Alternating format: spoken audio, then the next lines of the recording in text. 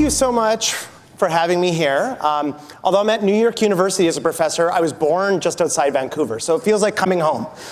So it's really exciting to be here and talk to you about my research. I'm going to talk to you today about the science of misinformation and what we can do about it. If you want to read more about this, I have links to my book page and my website, and all the papers that I publish are there for free in PDFs if you want to do a deeper dive, or contact me, follow up about some of the questions or comments or ideas that come to your mind during this talk. Okay, so why should we care about misinformation? First, I'll ask for people to raise their hand if they think misinformation is a problem. Are they facing it? Are you dealing with it? So put your hand up. And now look around the room. Keep your hands way up. And so you can see that the room is overwhelmingly flooded with this as a problem. And I will say, if you put your hand up, you are not alone. This is from a group of about 1,500 experts in many different fields around the world that were asked by the World Economic Forum, what is the biggest and most severe risk that we are facing around the globe over the short term and the long term? And if you see over the next 2 years, the single biggest risk by this group of very diverse different experts around the world is misinformation and disinformation. Over the long run, of course, extreme weather events are very clearly, I think, going to be our bigger problem. But certainly in the short term, misinformation and disinformation. And I actually think that that's a bigger, deeper problem than a lot of the other ones because it underlies the problems that we're having with other things. So misinformation and disinformation makes it harder to have healthy conversations based on evidence about the weather and climate change. It is fueled by societal polarization and conflict within countries and nations. It's related to cyber insecurity. Spreading misinformation is a way that people lose trust in security. There are foreign actors, I'm going to show you some data on that, who engage in disinformation campaigns. And it's also involved in things like armed conflict. Spreading misinformation on social media, for example, has been linked to genocide in other parts of the world. So I like to think of misinformation as one of those core issues we're going to face no matter what field we're in going forward. Okay. If you just want it in dollars and cents and concrete numbers, this is data from Canada. By one study found between just March and November 2021, so a very short period of time, misinformation contributed to vaccine hesitancy for an estimated 2.35 million people in Canada.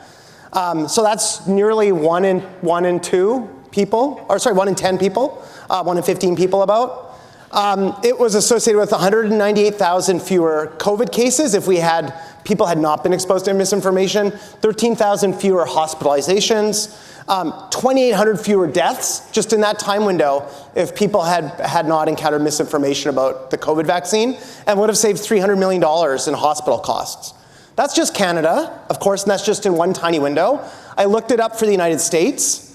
This is happening almost every day. This was a study that estimated the cost of misinformation and disinformation caused between $50 and $300 million worth of total harm every day since May 2021. That's a report from Johns Hopkins University. And so this is just a snapshot of some of the costs in 2 countries during a tiny window of time. And so this has led a lot of people to realize that maybe misinformation is one of maybe instead of 4 horsemen of the apocalypse, maybe it's the 5th. I like this quote by Ben Rosen on Twitter. He wrote, in 1990, scientists, we cloned a sheep. We landed a robot on Mars. Scientists today, for the last time, the Earth is round. And so it often feels like we are having these conversations where there's overwhelming evidence for something, and you're talking to someone who has been so entrenched in a diet of misinformation that they won't agree on basic facts and basic evidence and basic sources of evidence. They'll dismiss and wave away things that we take seriously. The New England Journal of Medicine, who cares about that? And so they don't operate under the same set of epistemic rules that the rest of us in society has been operating under for a long time, in part because they've been inhaling this content for so long. And part of what this content does is it doesn't just debunk or try to debunk certain scientific facts. What it also tries to do is sow distrust and discord in institutions. It's designed to make you distrust your doctor, or distrust public health officials, or distrust government officials who are conveying public health recommendations.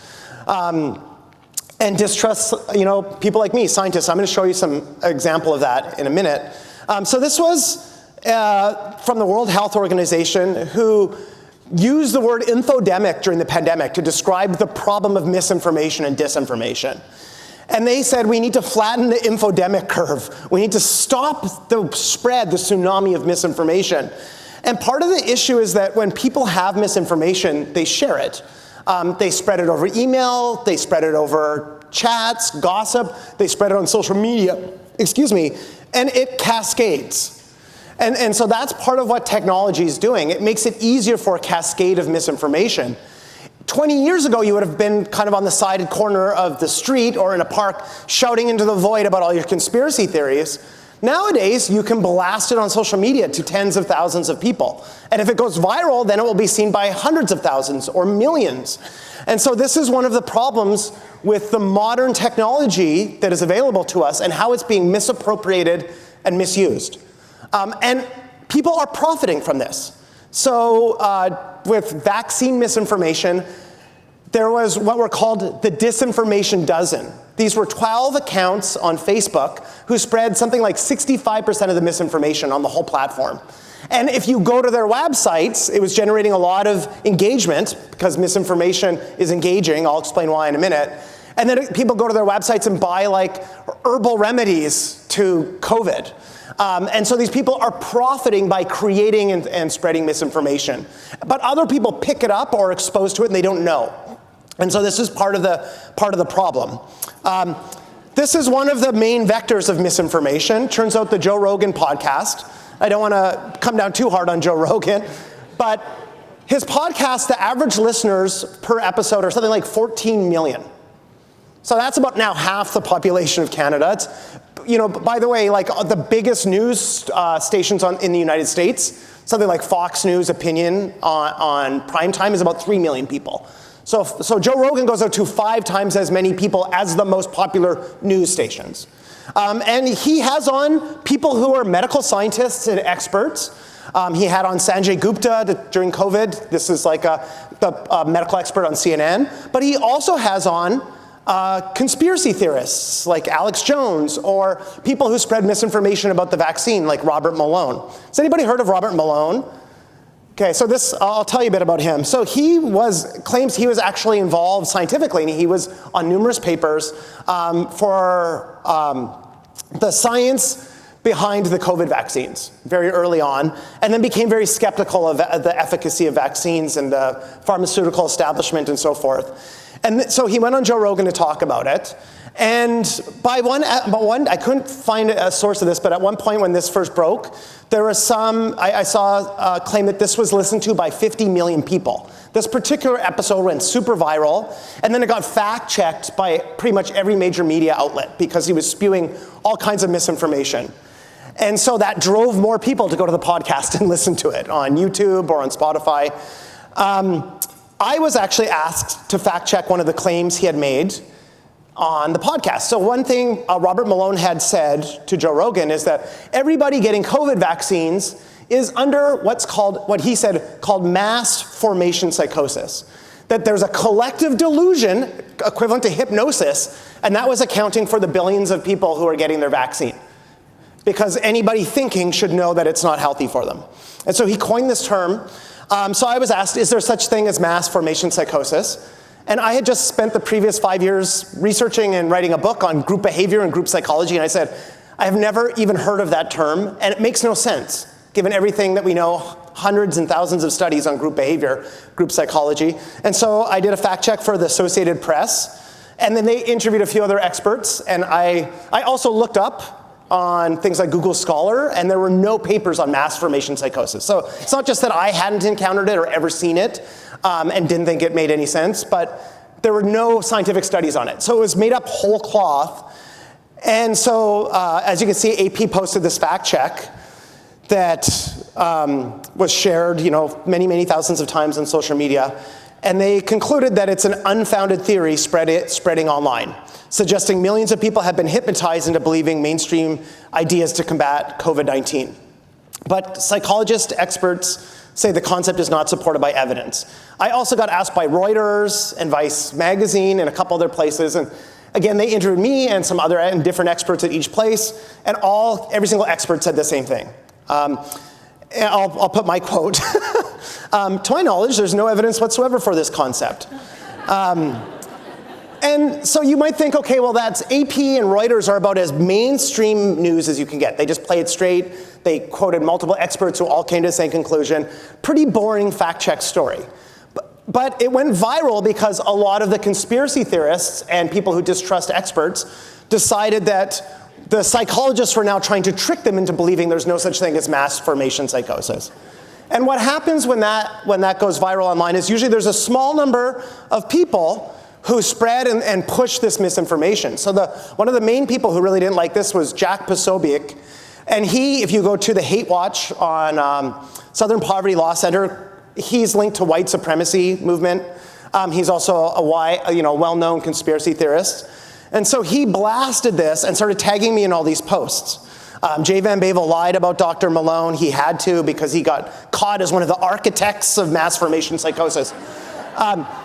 So it's one of those things where when you see the world through a conspiratorial lens, people fact-checking misinformation are seen as part of the conspiracy. And the fact that I had done work on misinformation and debunking it, as well as psychology around COVID and polarization, that was just more and more fuel for the fire of the conspiracy theorists. Here's another one he wrote. He wrote this nonstop. I had to shut down all my social media accounts, by the way.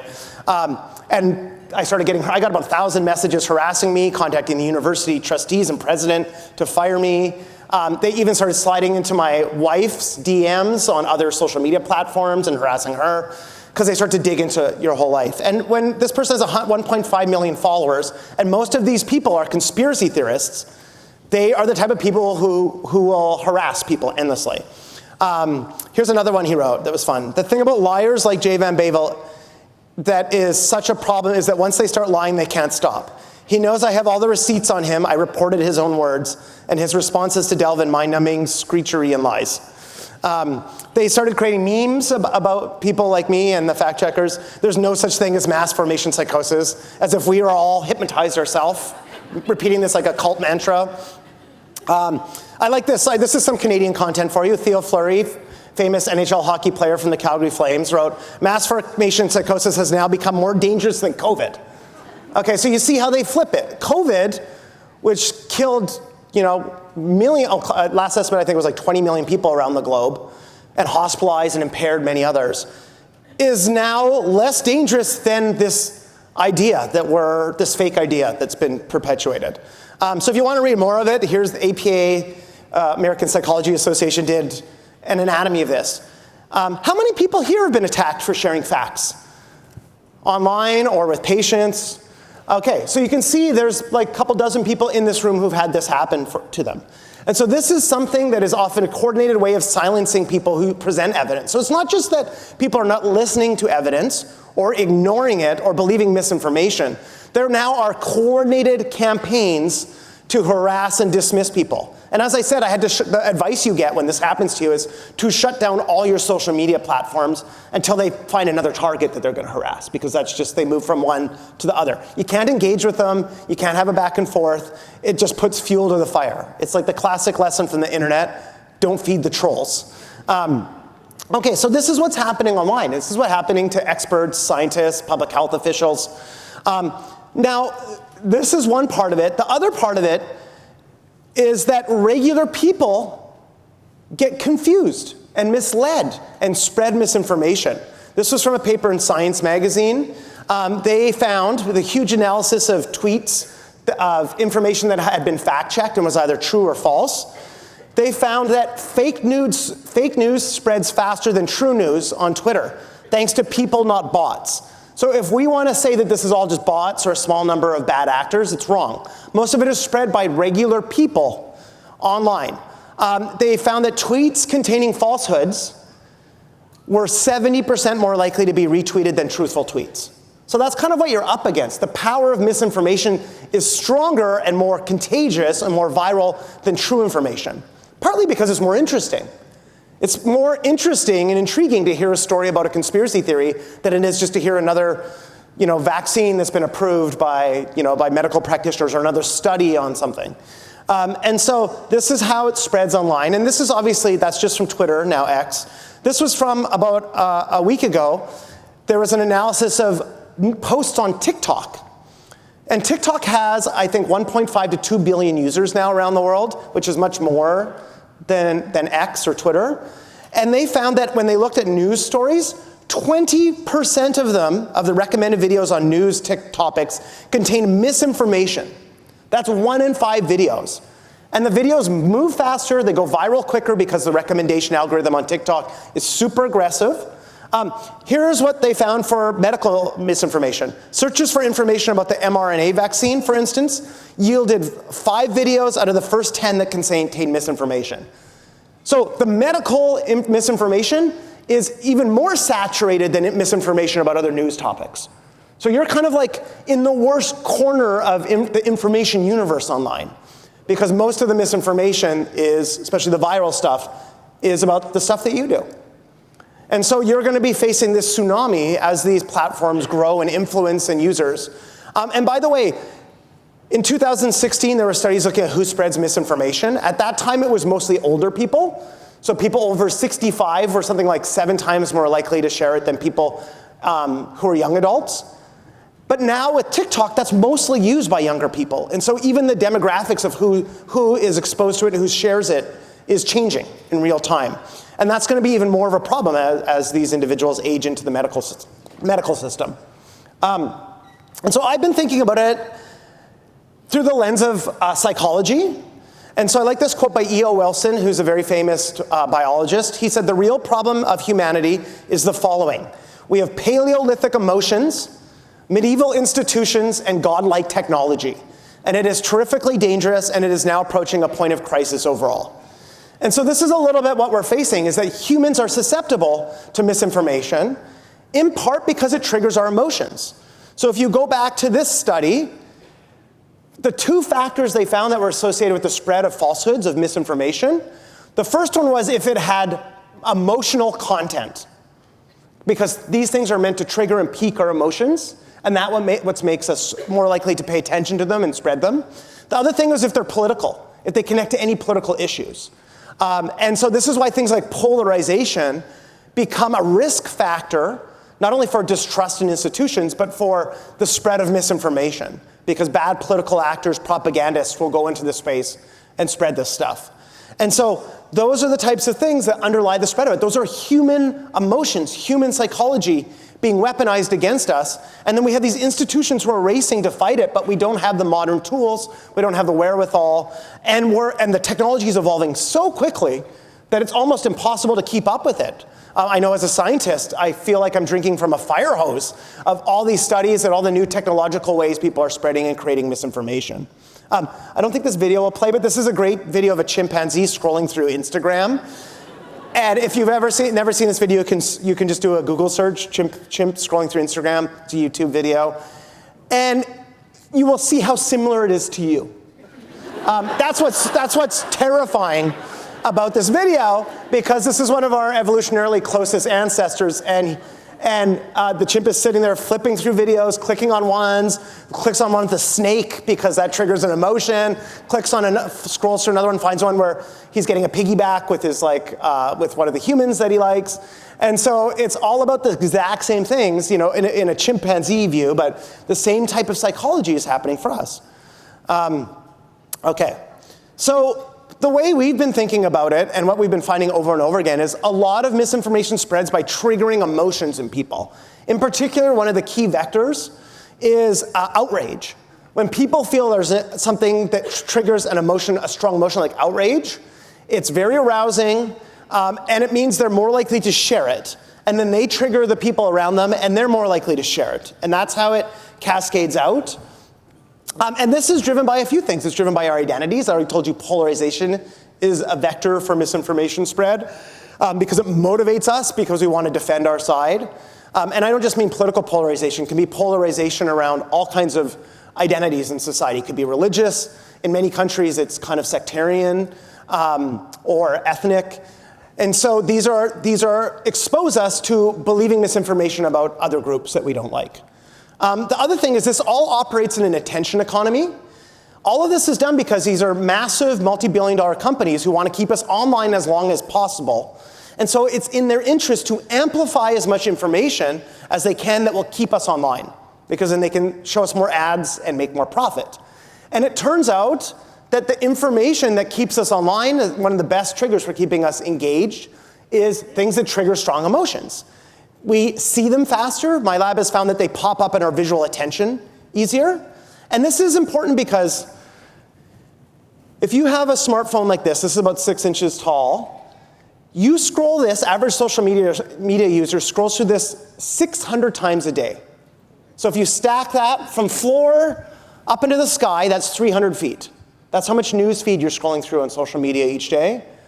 That's the height of the Statue of Liberty. Okay, so you can't possibly read all of that. And so the way that you pay attention to it is things pop out that look interesting.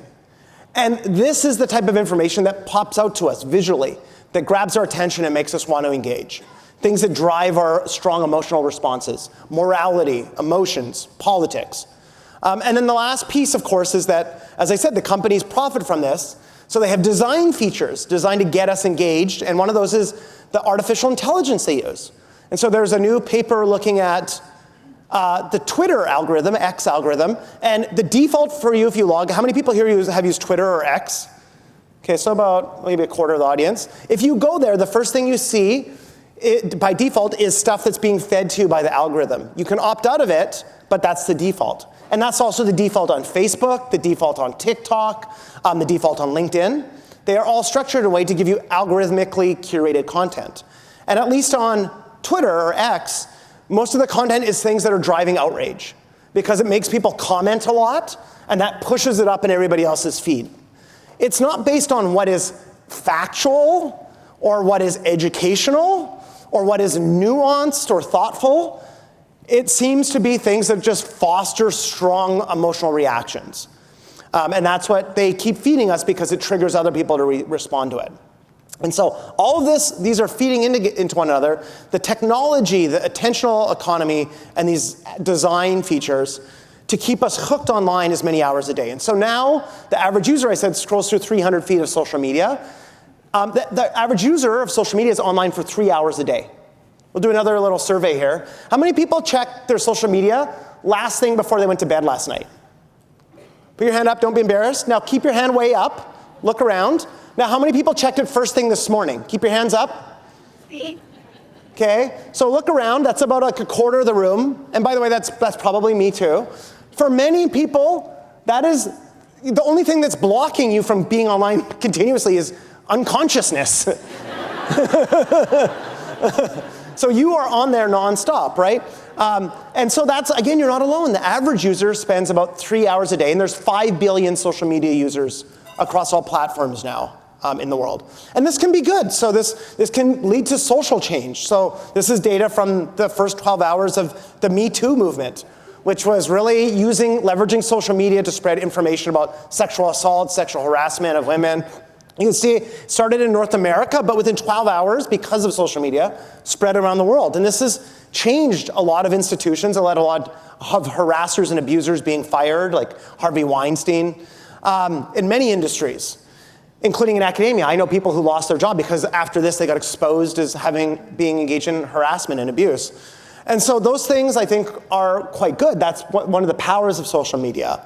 But it can also be weaponized against us by playing to our psychology. So I've been studying this with my lab for the last decade or so, and we've looked at what are the words and language that spreads, that becomes a vector for things like misinformation.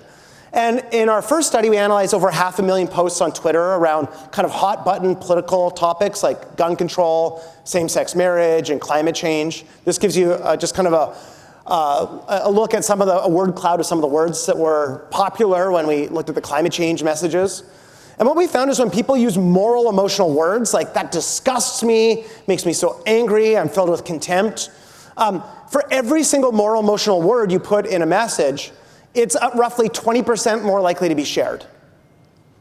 If you put 4 or 5 words like that in a message, it doubles the chances of it being shared. And so you're getting lots more engagement and feedback, and your message is spreading, right? And that's what most people want to do on social media, is generate engagement, get more followers, get more likes. When we looked at who was sharing it, when people use the words moral emotional language, suddenly it was a bit of a double-edged sword. It was going more viral, but only among like-minded people. So if you were a liberal, it was spreading among liberal people. If you're a conservative, it's spreading among conservative people. If you don't use this language but talk about the exact same topics, you don't see this kind of echo chamber effect. People are much more likely to engage with and share people who disagree with them. But if you use moral emotional words, our research has found that it signals to people that you're hardcore on the issue, that you're pretty uncompromising, you're seen as more closed-minded, and people don't want to engage with you who don't agree with you. And so language like this is good for going viral, but it's bad for persuasion. So understand that, but you're not seeing that because you only see the likes and retweets and shares and followers going up. You don't see the potential downside that you're not persuading people. And so that's the dynamic of that language. And so when we use this language, to be careful about it because it can be beneficial in one way, but it can alienate people who might be open-minded or future allies.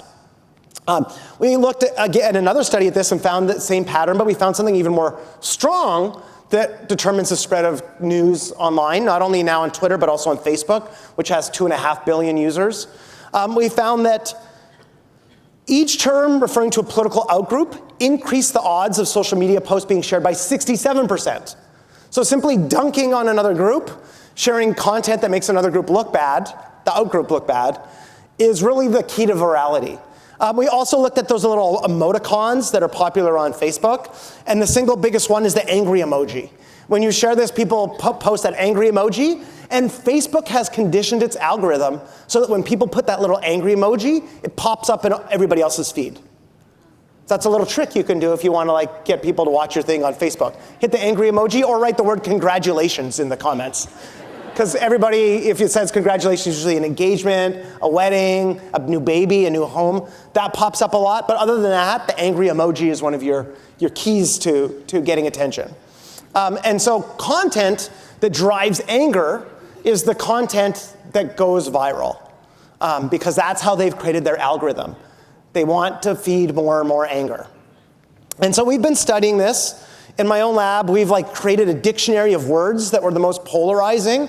And we've looked online at how trolls use this language, how this language is related to things like public health. Here's our paper if you want to see it or use the dictionary. And we found that these polarizing words divide people, and it can divide people around public health issues. So this was a study we did in the US and the United Kingdom for this one.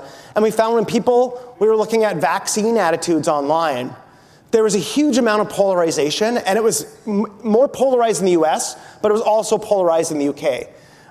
And so liberal or left-leaning networks online were more likely to trust or support vaccines than right-leaning networks.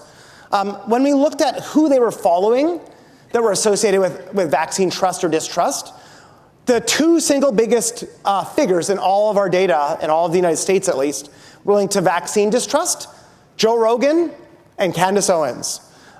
They were the people who followed them online were the most likely to distrust vaccines. In fact, only 27% of their followers plan to get vaccinated. So let's think of how low that is. Your hope of reaching anything close to herd immunity is going to be exceedingly low if you're dealing with audiences that have that much distrust. And so they're getting it by following the content from certain people who in overt or subtle ways are signaling distrust of vaccines. When people are using this polarizing language around COVID, what we found is it was a really good predictor of public attitudes. So when we looked on these data were from Twitter. When we looked, this was in the early phases of the pandemic, by the way, like March of 2020. In the early phases of the pandemic, when people were using polarizing language about COVID and the risks, this predated the vaccines, by the way, by at least a year. What we found is that predicted public attitudes on national surveys about risks associated with the vaccine. And so what you saw is that people were talking about it in ways that were very polarizing, that polarized public attitudes.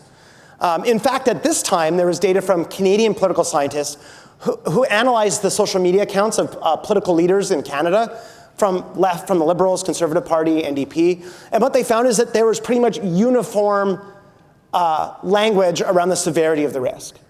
And then they found that public surveys also found it didn't matter in Canada at that time if you were liberal or conservative. People saw the risk of COVID as nearly identical. And so this was in the US when the language around it was polarized. It provided a huge public health risk because it seemed to be associated with changing public beliefs about COVID. We've also looked at how this language is weaponized by foreign actors who spread disinformation. So when we looked at Russian trolls, so these are accounts that were operated by Russia, they've been using more and more of this polarizing language over time, and this is used in lots of different countries to stir up conflict. When we compare them, just average Americans are not using this language more, but the Russian trolls are using it more and more. They seem to be finding that it triggers division in the way they want. And this has been linked to things, not just misinformation about public health. This was from January 6th, from the insurrection in the US. My lab was approached by the New York Times to try to analyze the rhetoric of political leaders to see, are they using this language? Is it associated with anti-democratic behavior? And this was from an article in the New York Times. What we found is that polarizing language is being used more and more and more over the last 10 years. And you can see it spiking in recent years among political leaders. So the average American might not be using it more, but political leaders are using it to trigger and control and manipulate people. They're also using it in like their emails to followers. And then there's something really interesting here, that the people using it most in the last couple years, by the way, the light gray were Democrats. There was a period around 2018 where some Democrat leaders were using it more. And then it switched to almost entirely Republicans. But the Republicans were using it more were really broken into two different groups. I'll say regular Republicans who are using the polarizing language, not that much, and those who voted to overturn the election. So these are anti-democratic electors. Those are the people using it the most. It's the people who are most invested in overturning democratic outcomes. And so that is a suggestion that the people who are going to be using this and manipulating people are the people who are less committed to the welfare of society. And that even within political parties, there's often disagreement about the values and goals of the party. I've been trying to study for the last, I want to make sure I have 8 minutes left. What you can do to get people, so there's lots of things like how our identities make us susceptible to misinformation, because we want to believe things that make us feel a sense of belonging, that make us feel better about the groups we belong to, that help us win and gain status. What we need to do is think of how we can make people value accuracy more, how we can make them place a higher value on that. And so that's what we've been trying to do in my lab, is how can you motivate people to care about accuracy? And I'm going to show you some evidence that we can incentivize accuracy. With a little incentive, you can actually get rid of a lot of this misinformation sharing. You can align the identities with accuracy by making it clear that the norms of your group value accuracy. Or you can create more inclusive identities, so people feel less at odds with one another and more part of something bigger. And all of those seem to work. So I'm going to show you a couple quick studies. This was from my postdoc, Steve Rathje. We gave people just $1 for spreading accurate information in a study, and we ran this across 4 large experiments. And what we found is just simply giving people $1 for being accurate makes them more accurate. They're less likely to spread and believe misinformation. The other thing that was cool is this reduced differences in belief between people who are on the left and people who are on the right. They actually started to have a shared sense of reality. The effect of this was a good intervention because it reduced partisan bias by 30%. What we found was happening here is when people have an incentive, what they're actually willing to do is share true information that makes their party or their side look bad. And that's hard for people to do. They don't want to admit that something bad happened in their group, so they normally suppress it or disbelieve it, but they're more open-minded about it and willing to believe it if they have an incentive. We also found social incentives work. If you think that you're part of a group that cares about you sharing accurate information, that also dramatically reduces the spread of misinformation. So it's not just money that matters, it's any type of social norm or social value or group value that you can communicate to people. Because people want to fit in. They want to fit into communities they care about, and if you can communicate to them that their community cares about this, they're more likely to place a value and be thoughtful and care about being accurate. There's no effects here of your cognitive ability. We looked at like people's cognitive reasoning ability. So it's not just that when people spread misinformation, it's not just because they're intellectually unable or not curious or not thoughtful. It's that they're not motivated. And so you really need to think about what you can do to motivate people to care. Obviously in health, people should care because it affects their well-being. Another thing we found you could do is signal that people in your group, that there's a norm that they found some things misleading. And so we compared this to other types of interventions. So Twitter used to have a warning label that would appear on screen if something was fact-checked by moderators that was misleading. There's also research using accuracy nudges, trying to get people to think a little bit before they share something. We found that those work, but they're not very effective, especially for polarizing information like the kind related to medical issues or COVID. We found that what works much, much better is simply if you, for example, were to add a button or help people see that other people in their group found it misleading. So imagine you could go to an online world where it's not just how many retweets or shares or likes people had, but did other people find it misleading? And if you can see that, and especially if we tell you that those are people like you, it dramatically reduces misinformation sharing. In fact, this reduced misinformation sharing by 25%. And it was 5 times more effective than accuracy nudges, which are right now very popular. Facebook is using them and testing them. Those things simply aren't powerful. What matters is what your community believes. And if you can see your community finds that misleading, it's a really powerful way of opening your mind to that something might be false. And this worked really well. In fact, it worked even better for polarizing content than other types of content, and it worked across the political aisle. It didn't matter if you were on the left or the right. It didn't matter if we did this in the US and the UK. Worked very well in both contexts. So that suggested, again, motivating people and revealing to them that there's a norm, that other people find it misleading is very helpful. And so this is related to some work we're currently doing. This is with, I'm partnering with the Clarity Foundation, led by David Sweet, and we're gonna be running a misinformation workshop in a few hours today. I look forward to those of you who are joining us. We're gonna dig into this. But what we've been trying to do is use these scientific findings and other scientific research to reveal to people what others believe. And the goal here is to try to fight misinformation, and it's primarily focused in healthcare. It was started in BC, but we're trying to spread it out across Canada, and we're interested in fighting misinformation in other places as well. You can go, there's our website if you want to check it out, or talk to us after if you're interested in partnering. One thing that we're trying to do, and we found, is that people still trust their local medical health care provider. So their family doctor, for example. There's more distrust in politicians.